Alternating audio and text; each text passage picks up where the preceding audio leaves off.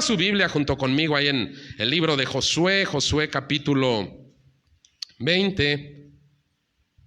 Nuestra época, nuestra generación está caracterizada por el uso masivo de las redes sociales. Casi toda nuestra comunicación, toda nuestra interacción está marcada por el uso de las redes sociales. De hecho, se estima que WhatsApp, esa aplicación de mensajería, entrega aproximadamente 100,000 millones de mensajes cada día.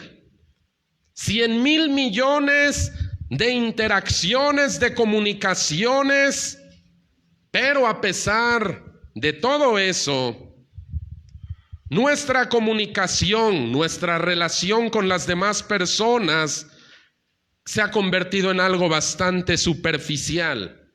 Vivimos en una de las épocas de mayor aislamiento y de mayor individualismo de la historia humana. Cada persona nos recluimos en un teléfono o en una tableta y aparentemente nos estamos comunicando con otros, pero al mismo tiempo vivimos de manera muy individualista, muy aislada. Ahora, ese fenómeno se ha introducido también en el cristianismo.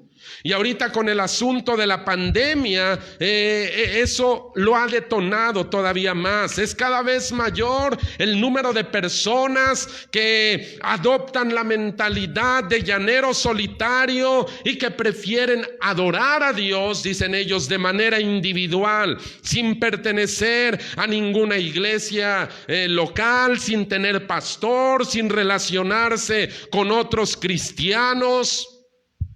Esa generación solitaria en la que vivimos, hermano, ha entrado también a la iglesia de Cristo. Ahora, hay muchas personas que dicen, yo no voy a ninguna iglesia, no pertenezco a ninguna iglesia porque ninguna de ellas me gusta. Ahora, ellos pueden tener muchos argumentos, pero lo cierto, hermano, es que la iglesia no es un invento de un pastor, de una denominación, de un compañerismo. La iglesia es un diseño divino. La estructura de la iglesia, el orden de la iglesia, cómo funciona la iglesia, forma parte del plan de Dios para esta época de la gracia.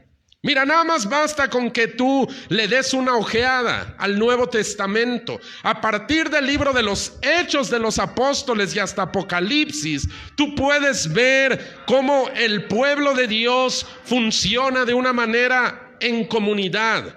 Tú no ves creyentes aislados que por ahí están sirviendo a Dios, metidos en algún lugar. Dicen, no, yo no me relaciono con nadie más. Todo el Nuevo Testamento nos habla de iglesias locales compuestas por hombres y mujeres redimidos que funcionan juntos bajo el liderazgo de un pastor. Ahora, la idea de que el pueblo de Dios funcionara en comunidad ni siquiera es del Nuevo Testamento, es todavía más antigua. Ya desde el Antiguo Testamento Dios había establecido que su pueblo adorara juntos, en comunidad.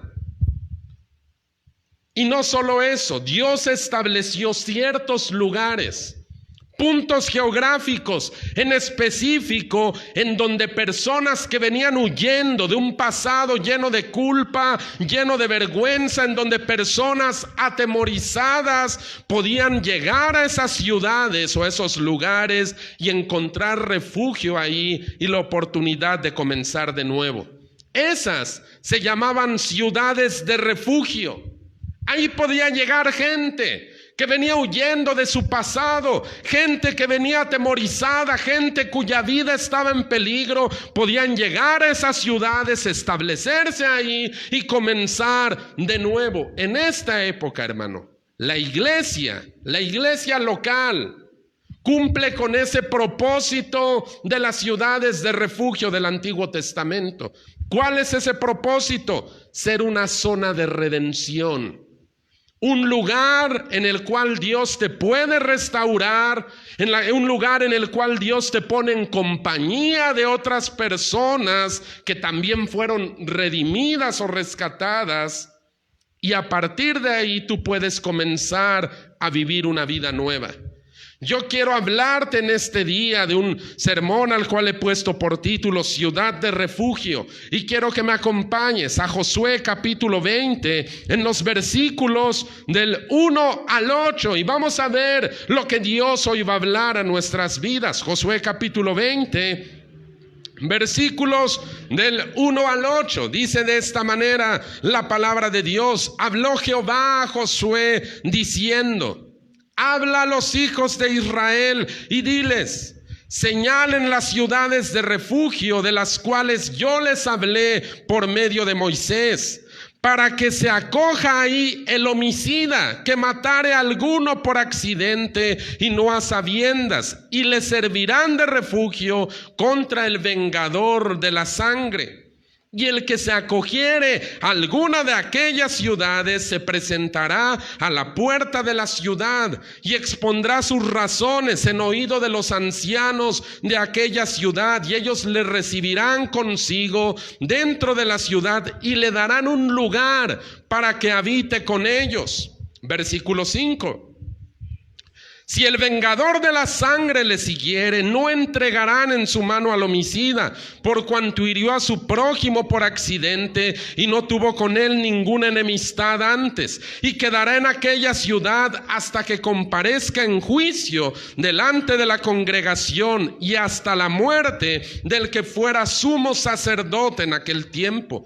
Entonces el homicida podrá volver a su ciudad y a su casa y a la ciudad de donde huyó. Versículo 7. Entonces señalaron a Cedes en Galilea, en el monte de Neftalí, Siquem en el monte de Efraín, y Kiriat Arba, que es Hebrón, en el monte de Judá. Y al otro lado del Jordán, al oriente de Jericó, señalaron a Becer en el desierto, en la llanura de la tribu de Rubén, Ramot en Galad, de la tribu de Gad, y Golán en Basán, de la tribu de Manasés. Quiero hablar de ciudad de refugio. Y en primer lugar quiero hablarte que la ciudad de refugio y la iglesia, ambos son un diseño divino. Mira, desde antes de que el pueblo de Israel tomara posesión de la tierra prometida, Dios ya había pensado en lugares específicos que iban a funcionar como refugio para esas personas que venían huyendo de las consecuencias de su pasado. Tú lo acabas de leer ahí, gente que cometió un error en el pasado, gente que de alguna manera vivía atemorizada por las consecuencias de lo que él había cometido, un error, una cosa que él había hecho. Dios ya había pensado en lugares donde esa gente podía encontrar refugio y gracia. Hay en Números capítulo 35, yo te recomiendo que lo leas en casa, Números 35 del 9 al 28, Dios le está dando instrucciones a Moisés. Las ciudades de refugio van a funcionar de esta manera. Esas ciudades de refugio, hermano, son una imagen de lo que la iglesia iba a convertirse una vez que Cristo viniera. Ahora, cuando hablo de iglesia, para esta predicación, quiero referirme a la iglesia local. La iglesia local, porque podemos hablar de iglesia, y la iglesia de Cristo es todo el grupo de hombres y mujeres que a lo largo de la historia hemos creído en Jesús como nuestro Salvador. Pero cuando hablo de iglesia local, hablo de una iglesia como esta, una iglesia compuesta por personas que están ubicadas en un punto específico. Mira, tú puedes ver esa realidad aquí en nuestro texto. Tú puedes ver cómo esas ciudades de refugio tienen nombre y apellido. Y ahí nos están indicando quiénes son: Sedes en Galilea, Siquem en Efraín, Hebrón en Judá y otras 3 del otro lado del Jordán. Son ciudades muy identificadas. No lo dejan al arbitrio de cualquier persona. No todas las ciudades podían ser ciudades de refugio. Aquí hay 6 ciudades muy concretas. Si alguien venía huyendo de su pasado, no podía establecerse en otro lugar si no era este, o sí podía establecerse, pero corría el riesgo de que el vengador de la sangre llegara y lo matara en el lugar en donde él se había refugiado. Pero cuando esa persona se establecía en alguna de estas 6 ciudades, ellos podían estar seguros de que no les iba a pasar nada, porque esas ciudades eran lugares concretos que Dios había establecido para proteger a la gente. Ahora escucha, la intención de establecer las ciudades de refugio era un acto de misericordia de parte de Dios. Todos hemos cometido errores en el pasado, hermano. Todos en este lugar, sobre todo si ya eres una persona que ha estado algunos años aquí en esta tierra, todos hemos cometido errores. Todos hemos pecado, todos nos arrepentimos de cosas que en el pasado hicimos o dijimos, y muchas veces esas consecuencias de nuestros errores del pasado vienen y nos persiguen. La iglesia local, hermano, es una especie de ciudad de refugio. Aquí tú puedes venir, tú puedes ser restaurado de esos errores que has cometido en el pasado. Aquí tú puedes encontrar gracia y protección, pero tú no puedes entrar a cualquier lugar. Hay ciertas ciudades, ciertos puntos en los cuales tú vas a estar aquí teniendo una gracia especial. Ahora mira lo que dice esto. La iglesia no solamente es un lugar en el cual podamos venir y solamente desahogarnos, porque a veces hay gente que piensa eso: vengo muy abrumado por mis problemas, vengo muy abrumado por mis pecados, vengo y solamente me descargo y después sigo mi vida tan normal. El diseño de la ciudad de refugio no era así, hermano. Porque el vengador de la sangre todavía sigue buscando la vida. Cuando hablamos del vengador de la sangre, aquí se refiere a un pariente del que había sido asesinado. De acuerdo a la ley, ese pariente podía matar al hombre que había a su vez matado a su familiar. Y la ley no lo perseguía. Era justo de acuerdo a lo que ellos tenían como ley. Pero cuando hablo en esta era del vengador de la sangre, me estoy refiriendo al diablo, al acusador de los hermanos, aquel que busca causarnos daño. Hay personas que cuando vienen a la iglesia y sienten que su vida ha empezado a mejorar, ellos piensan que pueden, una vez que quitaron sus cargas, que Dios los restauró, piensan que pueden salir de la ciudad de refugio y que no sucederá nada. Pero eso no funciona así. Ni siquiera funcionaba así en la época de las ciudades de refugio. Ahí en Josué 20, en el versículo 5, el texto que leímos hoy, mira lo que dice: la ciudad de refugio estaba obligada a proporcionar protección a aquel que llegara a establecerse en ella. Josué 25, si el vengador de la sangre le siguiere, no entregarán en su mano al homicida, por cuanto hirió a su prójimo por accidente y no tuvo con él ninguna enemistad antes. Ahí dice que los habitantes de esa ciudad iban a cuidar al que había llegado a refugiarse en ella. ¿Qué pasaba cuando el refugiado había visto pasar el peligro y se salía de la ciudad? ¿Qué pasaba? ¿Tú te has preguntado qué pasaba? Bueno, si el vengador de la sangre se lo encontraba afuera, él podía matarlo y no había ni quien lo cuidara. Números capítulo 35. Quiero que veas conmigo esto, porque este es un detalle muy importante. Números capítulo 35. En los versículos del 25 al 27. Mira lo que dice la Escritura en esta mañana. Está hablando de lo mismo. Números 35, versículos del 25 al 27. Dice, y la congregación, mira, pon atención, está tremendo, y la congregación librará al homicida de mano del vengador de la sangre, y la congregación lo hará volver a su ciudad de refugio en la cual se había refugiado, y morará en ella hasta que muera el sumo sacerdote, el cual fue ungido con aceite santo. Versículo 26, mas si el homicida saliera fuera de los límites de su ciudad de refugio en la cual se refugió, y el vengador de la sangre le hallara fuera del límite de la ciudad de refugio, el vengador de la sangre matará al homicida y no se le culpará por ello. Versículo 28, pues en su ciudad de refugio deberá habitar aquel hasta que muera el sumo sacerdote. Y aquí Dios está estableciendo los límites.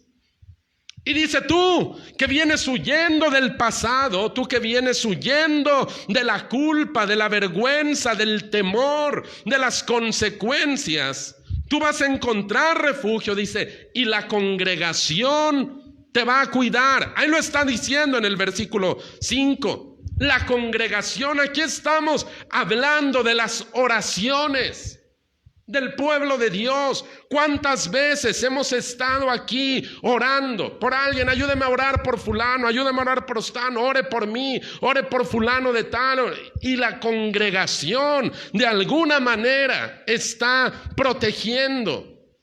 Pero dice que si la persona que había llegado a refugiarse se salía de los límites de la ciudad, ahí no había quien lo protegiera. Si el vengador de la sangre se lo topaba de frente, él podía matarlo con la mano en la cintura y él no podía reclamar nada. ¿Cuál era la razón? Él se había salido de los límites que Dios había establecido. Ahora he visto a muchos cristianos correr esa suerte, hermano.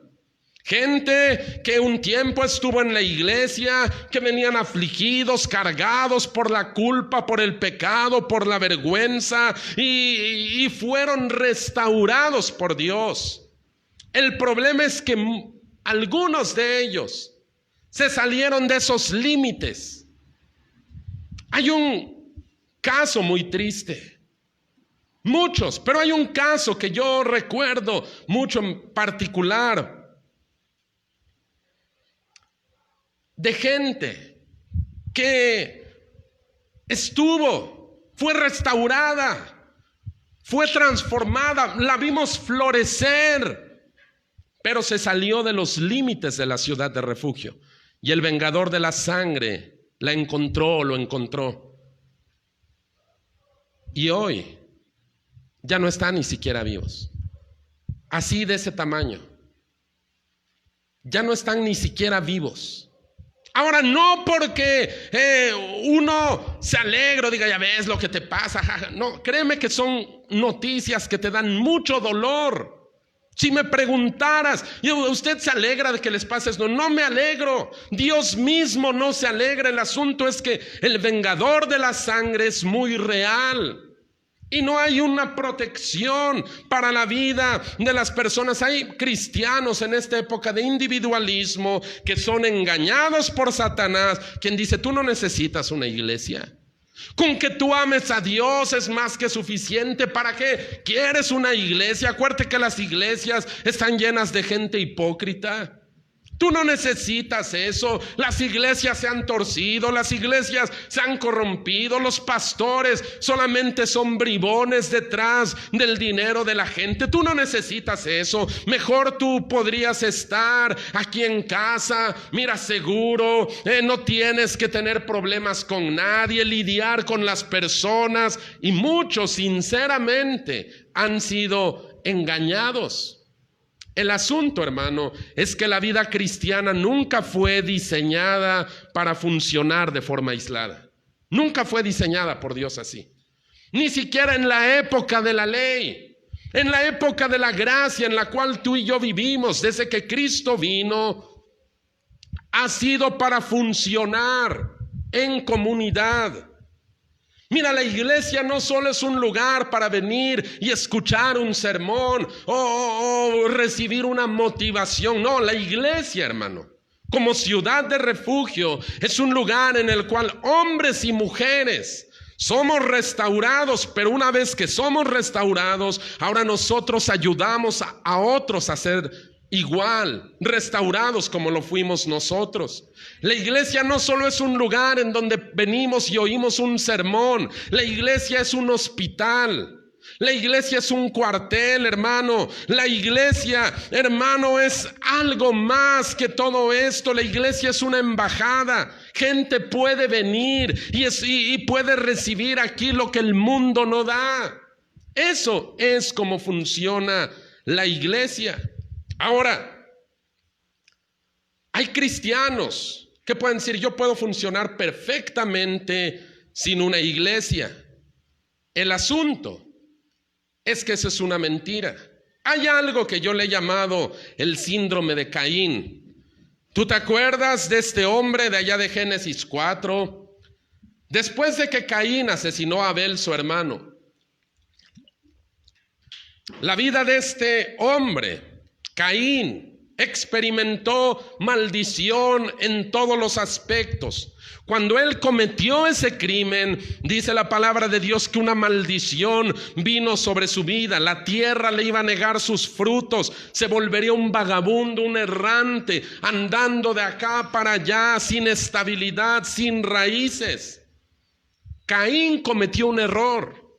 Ahora, si Caín hubiese buscado la gracia de Dios, ¿tú crees que Dios no hubiera podido perdonar a Caín?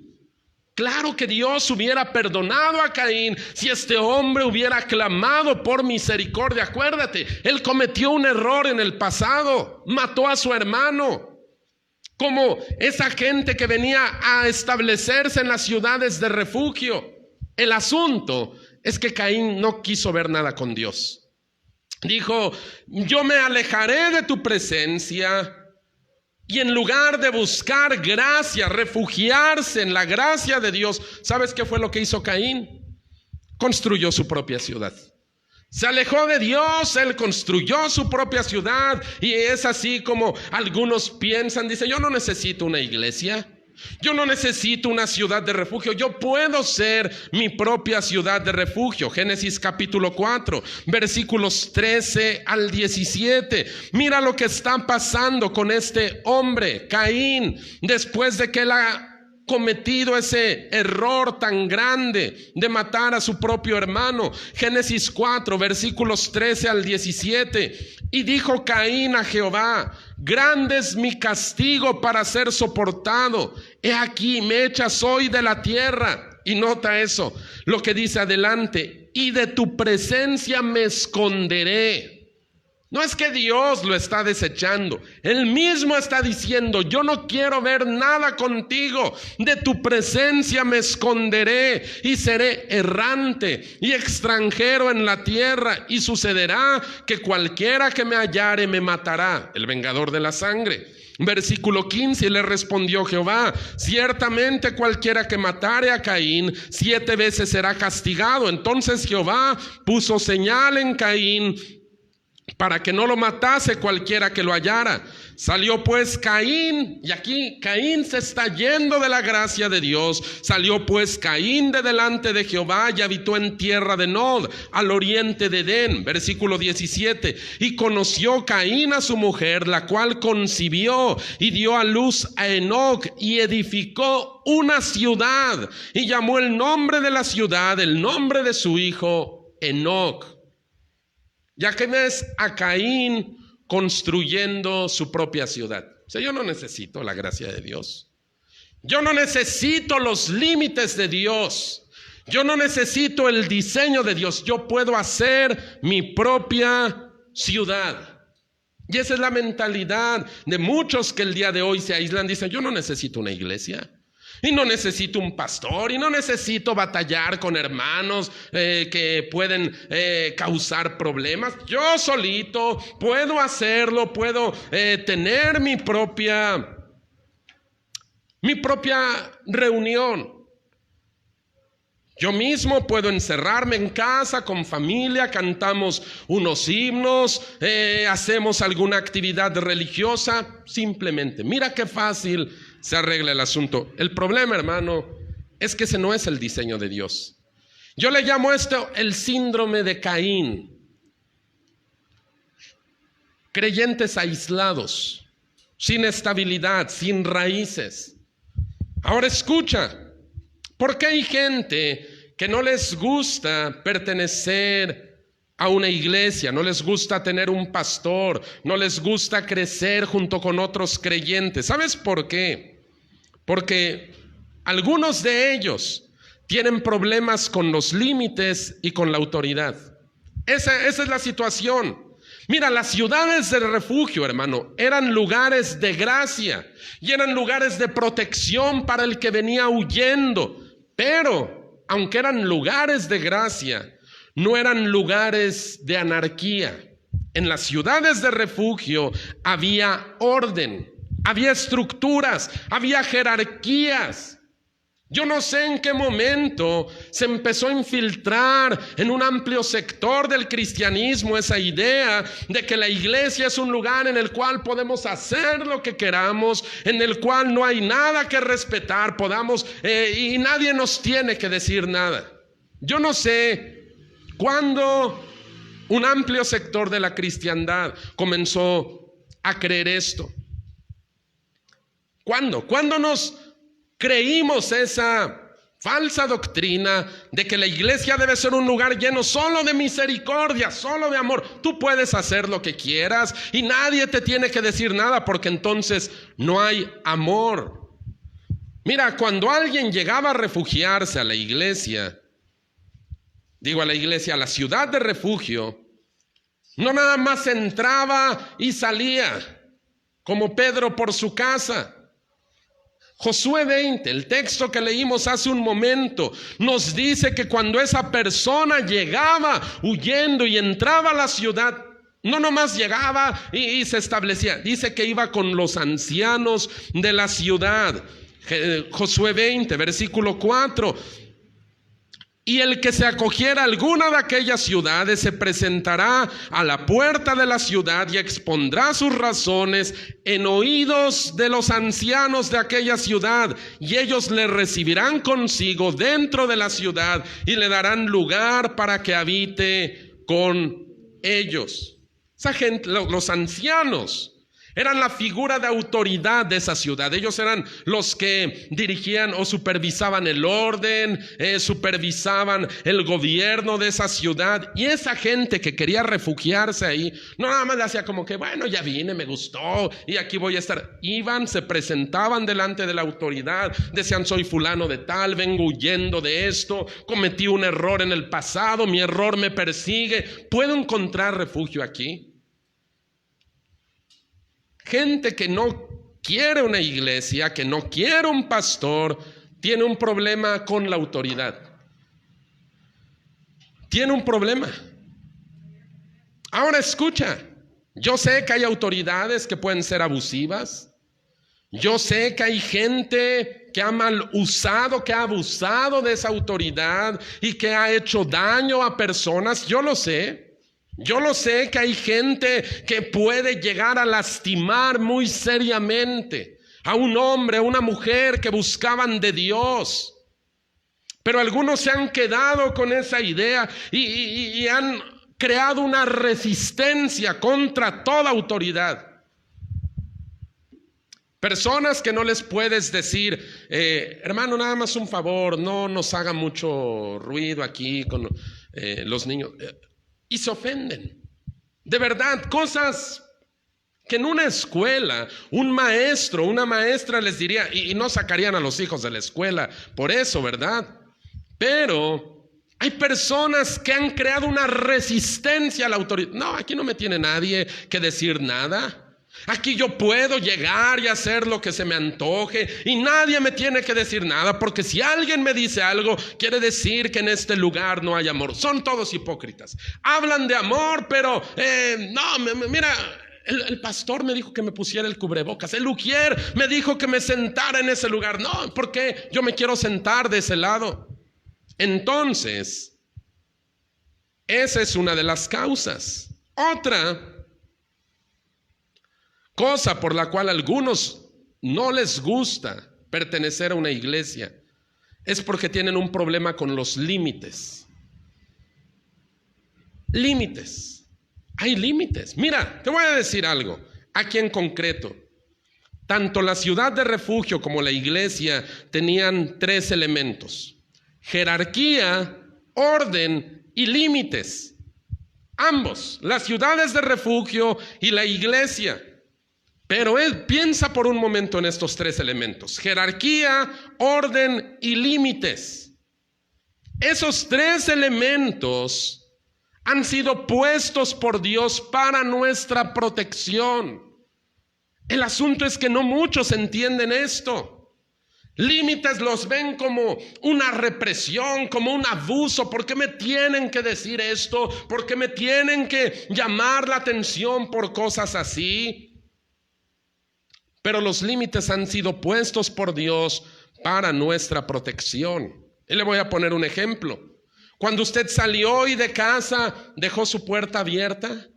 La dejó ahí abierta y no, aquí no tenemos límites. Pase, me voy a la iglesia, pero no, hay límites. Ponemos bardas, ¿verdad? Ponemos candados, ponemos cercas, ponemos seguro a nuestros autos, a nuestras casas. ¿Por qué la iglesia no debería ser un lugar de límites? Son para nuestra protección. ¿Por qué le ponemos candados y cercas y bardas a nuestros bienes? Para protegerlos. Bueno, Dios ha establecido límites para protegernos. El asunto, y como lo vimos hace un momento, es que cuando personas se salían de los límites de la ciudad, ellos corrían un peligro muy grande. Corrían un peligro. Y de alguna manera Dios había establecido en su palabra: si la persona se sale de los límites de la ciudad, ya fue responsabilidad suya. Si está dentro de los límites de la ciudad, la congregación tiene la obligación de protegerla. La congregación, el pueblo, la ciudad de refugio tiene la obligación de proteger a esa persona. Del mismo modo hoy, cuando una persona, un hombre, una mujer está dentro de los límites de la iglesia y está funcionando en la iglesia, créeme, tú y yo tenemos la obligación de protegerlos. No importa si es la primera persona que llegó, no importa si es la persona que el día de hoy solamente está aquí, tenemos la obligación de protegerlos. ¿Por qué? Porque han buscado un lugar de refugio aquí. Jerarquías, límites y protección y autoridad. Escucha, hermano, orden. A Caín no le gustaba nada de eso. ¿Sabes qué hizo Caín? Lo vimos, prefirió hacer su propia ciudad. Ahí no había orden, ahí no había jerarquías, ahí no había límites.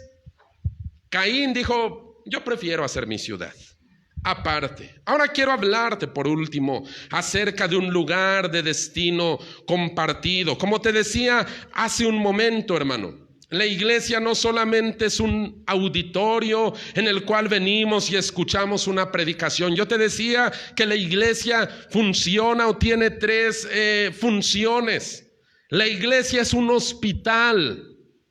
¿A qué me refiero? Gente que viene herida por el pasado, por el pecado, por las malas decisiones que tomó antes. En este lugar pueden ser restaurados, pueden tener su periodo de recuperación, de convalecencia. La iglesia es un hospital, pero la iglesia también es un cuartel. Ya sabes, un cuartel es en donde se reúnen los soldados, en donde son entrenados, en donde son capacitados, en el uso de las armas, en las estrategias de guerra. La iglesia también es un cuartel. No solamente vamos a ser entretenidos, vamos a ser enseñados a servir a Dios. Me da gusto lo que hemos estado haciendo los domingos pasados. Yendo a los evangelismos, ya veo a más hermanos que se animan a dar su testimonio. Veo, por ejemplo, lo que vimos hoy, a Uriel levantándose a servir a Dios. La iglesia es un cuartel.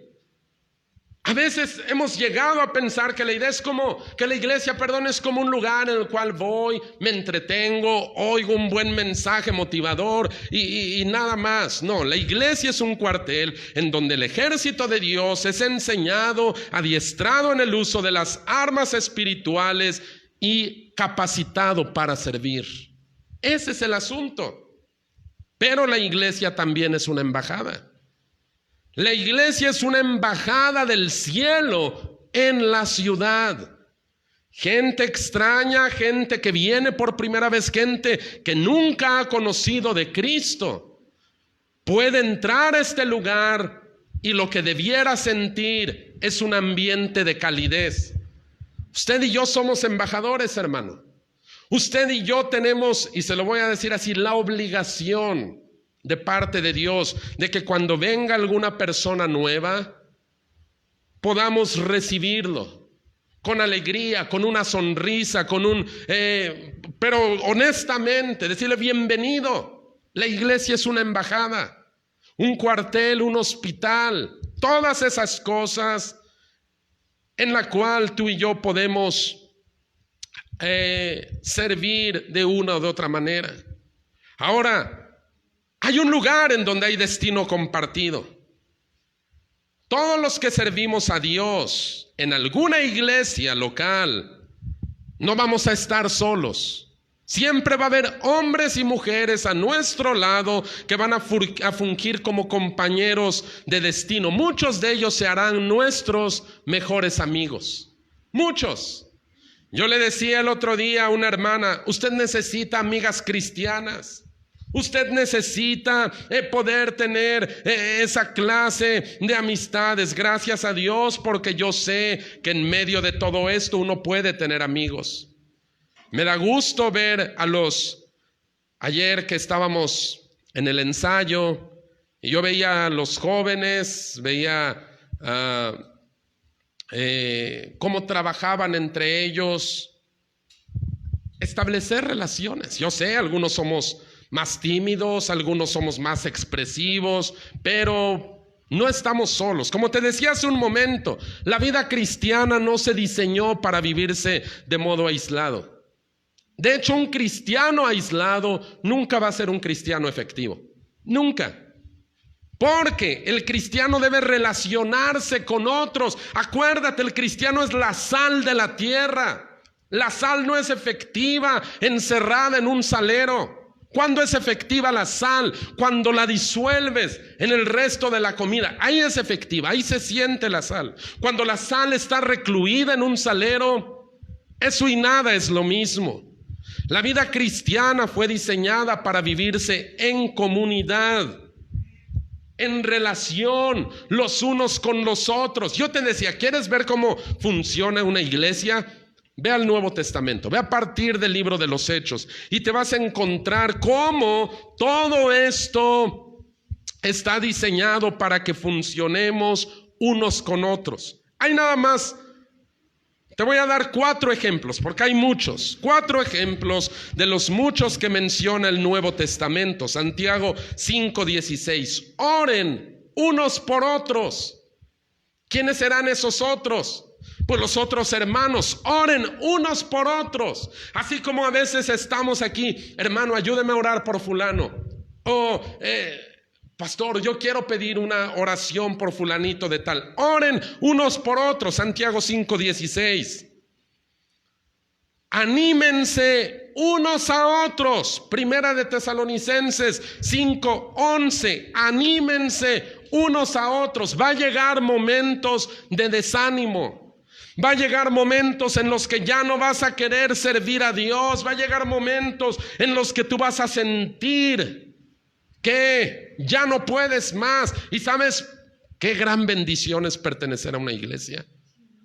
Porque cuando tú ya estás ya caído, otro puede llegar y animarse y decir, hermano, échale ganas. Fíjate que a mí me pasó hace tiempo así, pero tú te empiezas a sentir animado. De veras, ¿cómo dice la Biblia? Ay del solo.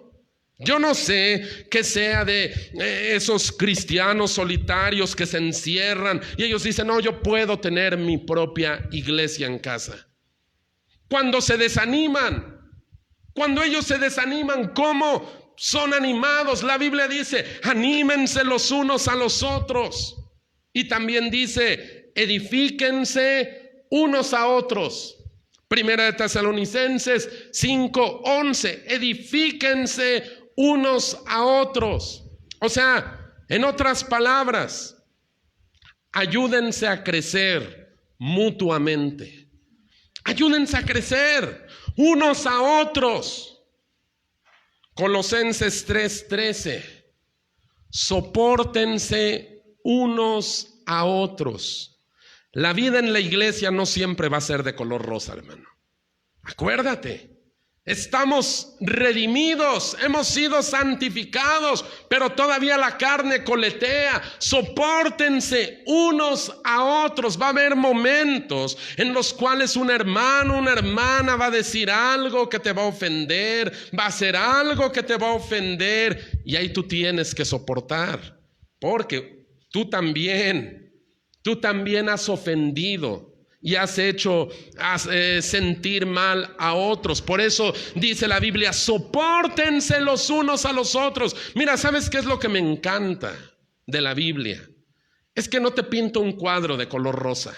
No te pinta un cuadro idealista, no dice, uy, a partir de ahí, la iglesia, va a ser una comunidad llena solamente de amor. No, va a haber raspones, hermano. Va a haber raspones, sin querer queriendo, muchos nos vamos a dar raspones. Y ahí es en donde entra esto, sopórtense. Así como oran unos por otros, como se animan unos a otros, como se edifican unos a otros, sopórtense unos a otros. ¿Ves cómo la vida cristiana no está hecha para vivirla de modo aislado? Y quiero cerrar con un ejemplo. Tal vez el cristiano más ilustre de toda la historia ha sido el apóstol Pablo. Probablemente ha sido el cristiano que más ha impactado la historia. Pero a pesar de que este hombre era un hombre lleno de virtudes, un hombre sumamente capaz, Pablo nunca fue un llanero solitario. Pablo nunca funcionó aislado de la iglesia, nunca funcionó aislado de los demás. Pablo tenía compañeros de destino. Tú nota el libro de los Hechos o lee las cartas de Pablo y vas a ver cómo siempre hay personas alrededor de él relacionándose. Pablo, hermano, ese grandioso Pablo, ¿qué crees? Él se congregaba en una iglesia local. Él, si tú conoces su historia, venía de un pasado lleno de maldad. Un religioso horrible que perseguía a la iglesia. Un día el Señor lo rescata. Un día el Señor le quita las escamas de los ojos. ¿Y a dónde lo mandó el Señor? ¿Lo mandó ahí a que hiciera su iglesia en casa? No. ¿Sabes a dónde lo mandó? Lo mandó con otro creyente. Lo mandó con otro creyente y después Pablo se instaló en una iglesia local, el gran Pablo, fariseo de fariseos, educado a los pies de Gamaliel, un hombre ilustre. Pablo llegó a pedir refugio en una iglesia local, sirvió en una iglesia local, fue educado en una iglesia local y después de eso, de ahí, de una iglesia local, él fue catapultado para impactar al mundo entero. Hechos capítulo 11. Quiero que veas el ejemplo de Pablo. Hechos 11, versículos 25 y 26. Mira lo que dice la palabra de Dios. Después fue Bernabé a Tarso para buscar a Saulo y hallándolo lo trajo a Antioquía y se congregaron. Quiero que notes ahí. Y se congregaron ahí todo un año y todo un año con la iglesia y enseñaron a mucha gente y a los discípulos se les llamó cristianos por primera vez en Antioquía. Pablo está en una iglesia local, es nuevo converso. Y llega a una iglesia local y aunque él ya venía con una gran sabiduría, él llegó, se sentó, comenzó a aprender y dice, se congregó ahí todo un año. Hechos capítulo 13, versículos 1 al 3. Había entonces en la iglesia que estaba en Antioquía, ahí hay una iglesia local, había entonces en la iglesia que estaba en Antioquía profetas y maestros, Bernabé, Simón, el que se llamaba Níger, Lucio de Cirene, Manahem, el que se había criado junto con Herodes el tetrarca, y Saulo. Ministrando estos al Señor y ayunando, dijo el Espíritu Santo, apártenme a Bernabé y a Saulo para la obra a la que los he llamado. Entonces, habiendo ayunado y orado, les impusieron las manos y los despidieron. Y después de ahí, dice, los apóstoles predican en Chipre. A partir de ahí comienza el gran Pablo. Si tú ves, ahí le llaman Saulo. Pero después de eso, él se convierte en Pablo. Ve cómo Pablo no era un llanero solitario que servía a Dios fuera de los límites de la iglesia local o por arriba de la autoridad o de la estructura de su iglesia. Hoy hay cristianos más iluminados que el apóstol Pablo. O sea, no, yo no necesito una iglesia, no necesito un pastor, no necesito hermanos. Todas las iglesias están mal, solamente yo estoy bien. Porque esa es la mentalidad, solamente yo estoy bien. Todas las iglesias están mal, menos yo. Bueno, Pablo no era tan iluminado como ellos. Pablo llegó a una iglesia, se sujetó al orden de esa iglesia y fue así como él alcanzó un destino glorioso en Dios. Nota lo que dice ahí, Hechos 13, lo que acabamos de leer, cómo están los líderes de esa iglesia. Y Pablo está en medio de ellos. Si tú lo notas, Pablo se menciona al último, no era el más prominente de la iglesia, pero Dios lo llama ahí a servirlo. Y entonces los líderes de la iglesia, dice la Biblia, que después de que oraron y ayunaron, pusieron las manos sobre ellos y los mandaron a hacer lo que Dios les había encomendado. Pablo, hermano,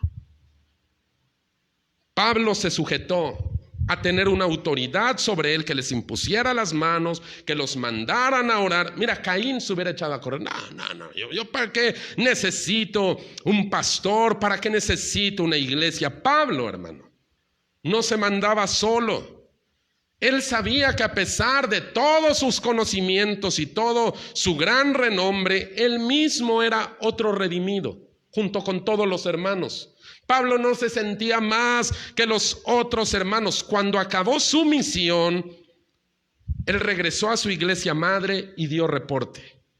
Dijo, quiero dar un reporte. A ver, pase el hermano Pablo, tiene 3 minutos para dar su reporte. Y ahí en Hechos capítulo 14, en los versículos 24 al 28, tú puedes ver el reporte de Pablo a su iglesia madre. Pasando luego por Pisidia, vinieron a Panfilia y habiendo predicado la palabra en Perge, descendieron a Talía y de ahí navegaron a Antioquía. ¿Te acuerdas dónde estaba la iglesia? De ahí navegaron a Antioquía, desde donde habían sido encomendados a la gracia de Dios para la obra que habían cumplido. Y habiendo llegado y reunido a la iglesia, refirieron cuán grandes cosas había hecho Dios con ellos y cómo se había abierto la puerta de la fe a los gentiles. Y se quedaron ahí mucho tiempo con los discípulos. Y ahí ves a Pablo, funcionando como Dios diseñó la vida cristiana. El gran Pablo dijo: vamos a regresar a la iglesia madre, nos van a pedir un reporte. Hermanos, queremos dar un reporte de todo lo que Dios ha hecho. Así, ¿te acuerdas? Has oído los reportes, ¿verdad? En las conferencias, en el Cosechadores. Sabemos que no nos mandamos solos. Sabemos que no podemos funcionar de una manera aislada. Necesitamos, hermano, mirar a la iglesia local y apreciarla del modo en que Dios la aprecia.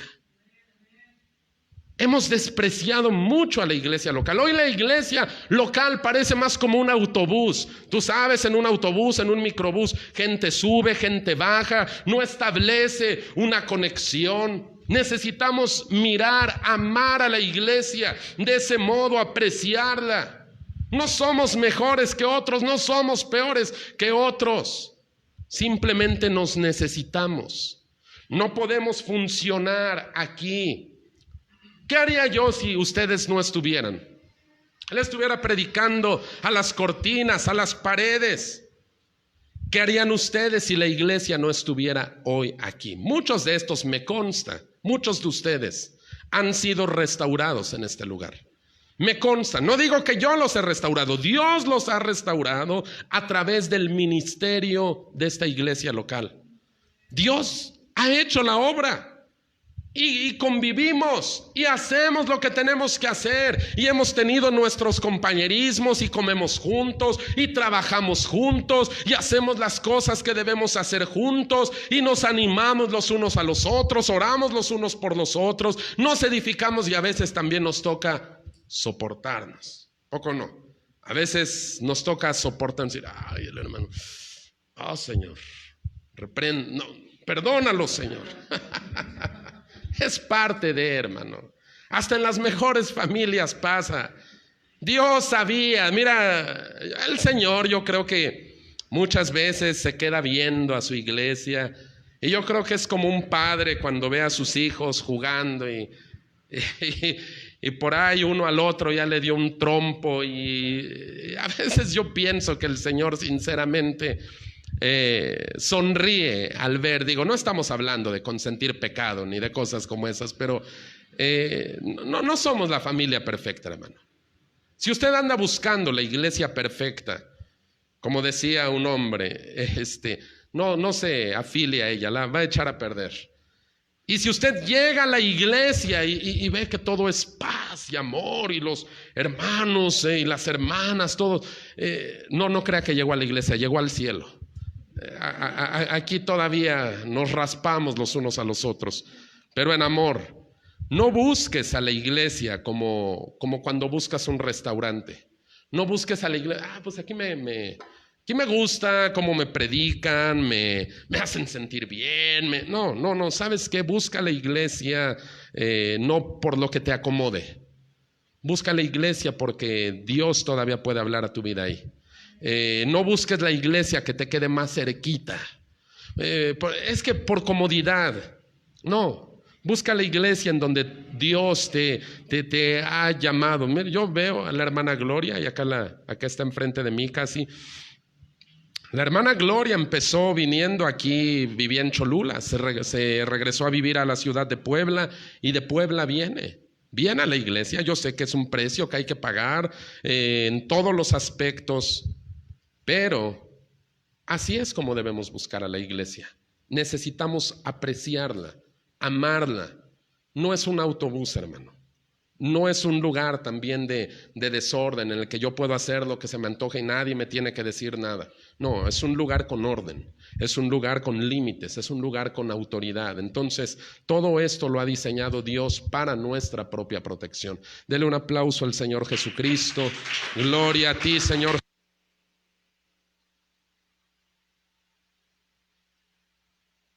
Padre, voy a pedir toda cabeza inclinada, todo ojo cerrado, en reverencia a Dios. Y quiero que la iglesia medite en esto que ha escuchado en esta mañana. Me gustaría que Dios hoy hablara a su vida y que usted comience a ver a la iglesia como lo que realmente es, a la iglesia local, a esta iglesia. Que usted ame y aprecie a la iglesia del mismo modo que Dios lo hace. No somos mejores, no estamos aquí diciendo que porque simplemente somos los mejores. Estamos diciéndolo porque este es el diseño de Dios. Si Dios puso sus ojos en esta ciudad, en este barrio, en esta calle en concreto, créame que Dios tenía un propósito en mente.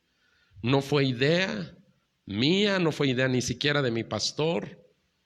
Dios ya tenía sus planes con usted en mente. Pero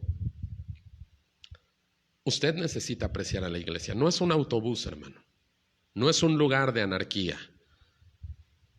Mientras la iglesia medita en esto, yo quiero dirigirme en este momento a las personas que no tienen a Cristo en su corazón. Puede ser que estés aquí dentro en este local, puede ser que nos estés escuchando por el internet, puede ser que estés aquí afuera oyendo. Donde quiera que tú estés, si estés afuera, yo quiero invitarte a que pases. Y tú oíste de una ciudad de refugio. Tal vez tú te identificaste con esto. Tal vez tú mismo te sientes temeroso por esas cosas que has hecho en el pasado. Tal vez tú mismo te sientes perseguido, tu conciencia no te deja tranquilo, estás consciente de tantas cosas malas que has hecho y de las cuales incluso te arrepientes y dices, ¿cómo fue que hice eso? ¿Cómo pude caer en esa situación? Oh, si pudiera tan solo regresar el tiempo atrás. Bueno, hay una mala noticia en esto. El pasado, tú no puedes regresarlo para atrás, pero hay una buena noticia también en esto. Cristo hoy puede restaurarte. Si tú estás aquí en este lugar, es porque Dios te ha querido establecer en una ciudad de refugio, en un lugar en el cual tú puedes comenzar de nuevo, en el cual tú vas a encontrar redención. Mira, yo hace 18 años llegué a una iglesia como esta, muy parecida a esta iglesia. Y yo venía de una vida, a pesar de ser muy joven, llegué con una vida muy dañada, destruida, en vicios, y me asqueaba el modo en el que yo mismo vivía. Pero un día yo entré a esa iglesia, me hablaron de Cristo, yo recibí al Señor y ahí encontré restauración, encontré la manera de comenzar de nuevo. Y hubo gente a mi alrededor que me ayudó. Tal vez tú estás aquí en esta mañana y tal vez tú quieres que alguien te ayude. Bueno, yo te quiero presentar al Dios vivo, al Dios que te ama, al Dios que dio a su Hijo para que tú ya no tuvieras que perderte. Pero también quiero presentarte a una familia en la fe que te ama, que ha orado por ti, que te ha traído para que tú hoy puedas tener ese perdón, para que tú hoy puedas comenzar de nuevo. Solamente tú necesitas clamar por misericordia. Si tú eres esa persona, ese hombre, esa mujer, ese joven, esa jovencita, solamente te pido algo. Levanta tu mano. Déjame orar por ti. Déjame orar por ti como un día alguien oró por mí y ha orado por los que estamos aquí también. Déjame orar por ti y déjame presentarte al Señor, al Salvador. Tú eres esa persona. Levanta tu mano. Ya sea que eres un hombre o una mujer. Y voy a pedir que hagas esta oración. Ahí en donde tú estás, haz esta oración. Tal vez nos estás escuchando. Y si tú quieres hoy comenzar una vida nueva, yo te quiero guiar en esta oración. hazlo solamente con fe. Es lo único que pido, o que Dios pide más bien, que lo hagas con fe. Y vamos a orar. Padre, en el nombre de tu Hijo Jesús, hoy te doy gracias, Señor, por este tiempo, por esta oportunidad de escuchar tu palabra. Hoy, Señor, yo estoy delante de ti buscando tu misericordia.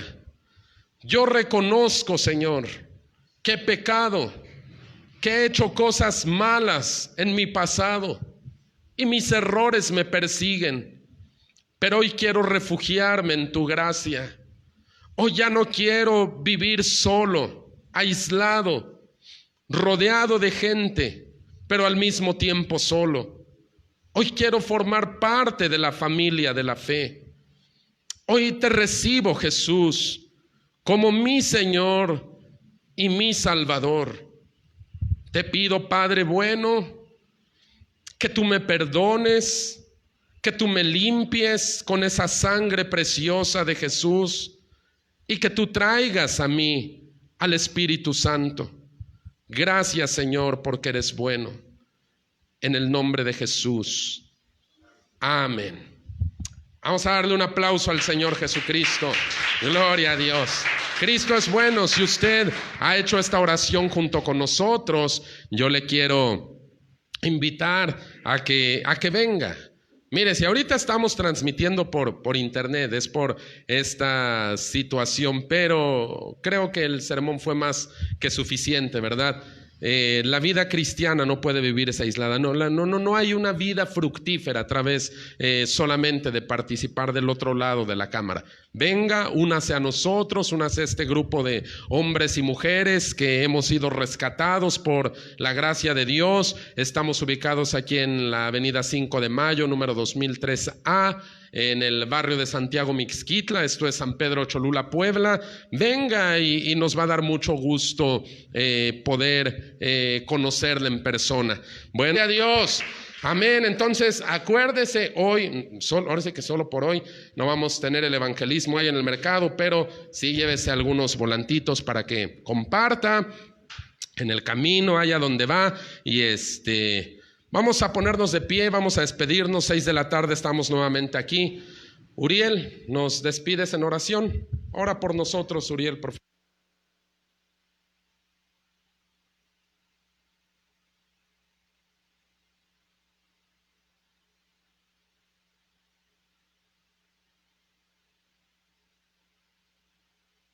Amén. Que Dios les bendiga, hermanos.